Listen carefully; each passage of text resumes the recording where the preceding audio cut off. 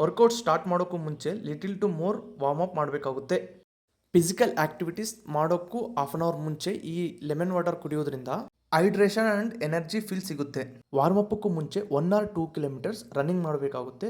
ಒಂದು ವೇಳೆ ಅನುಕೂಲಕರವಾದ ಮೈದಾನ ಇಲ್ಲ ಅಂದರೆ 10 ಮೀಟರ್ಸ್ 5 ರೌಂಡ್ಸ್ ಶಟಲ್ ರನ್ ಮಾಡಬಹುದು. ನಮಗೆ ದಣಿವಾದಾಗ ಈ ಥರ ಮಾಡೋದ್ರಿಂದ ದಣಿವು ಬೇಗ ಕಮ್ಮಿ ಆಗುತ್ತೆ. ಈ ಪೊಸಿಷನಲ್ಲಿ ಮಾಡಬೇಕಾದ್ರೆ ವಾಯ್ಸ್ ಆ್ಯಂಡ್ ಬ್ರೀತ್ ಆಚೆ ಹಾಕಬೇಕಾಗುತ್ತೆ. ಅದೇ as usual warm up start ಮಾಡಬೇಕು. ಜಂಪ್ ಆ್ಯಂಡ್ ಜಾಕ್ಸ್ ಅಂತೂ compulsory. Alternate knee touch also ಮಾಡಬೇಕಾಗುತ್ತೆ. ಇವೆಲ್ಲ ಲೋ ಐನಿ ಆ್ಯಕ್ಷನ್, ಮೀಡಿಯಮ್ ಐನಿ ಆ್ಯಕ್ಷನ್, ಐನಿ ಆ್ಯಕ್ಷನ್ ಅಂತ. ಈ ಎಲ್ಲ ಎಕ್ಸಸೈಸ್ಗಳು ಡೇ 1 ಇಂದ ಡೇ 10 ಮಟ್ಟ 5 to 10 ಕೌಂಟ್ಸ್ ಒಳಗಡೆ ಮಾಡಬೇಕಾಗುತ್ತೆ. ಇಲ್ಲ ನಾನು ಮೊದಲೆಲ್ಲ ಮಾಡಿದ್ದೆ ಏನಾಗಲ್ಲ 20 to 30 ಕೌಂಟ್ಸ್ ಮಾಡ್ತೀನಿ ಅಂದರೆ ಮೈಕಾಲ್ ನೋವೆಲ್ಲ ಬರುತ್ತೆ, ಮತ್ತೆ ಬೆಳಿಗ್ಗೆ ಎದ್ದೇಳೋಕ್ಕಾಗಲ್ಲ.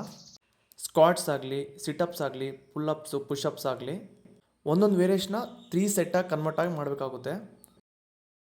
ಯಾವುದೇ ಒಂದು ವರ್ಕೌಟ್ನ 3 ಸೆಟ್ಟಲ್ಲಿ ಕನ್ವರ್ಟ್ ಮಾಡ್ಕೊಂಡು ಮಾಡಿದರೆ ಗ್ರೋಯಿಂಗ್ ಅನ್ನೋದು ಸ್ಟಾರ್ಟ್ ಆಗುತ್ತೆ. ಬಟ್ ಕೌಂಟ್ಸ್ ಕಮ್ಮಿ ಇದ್ದರೂ ಪರವಾಗಿಲ್ಲ.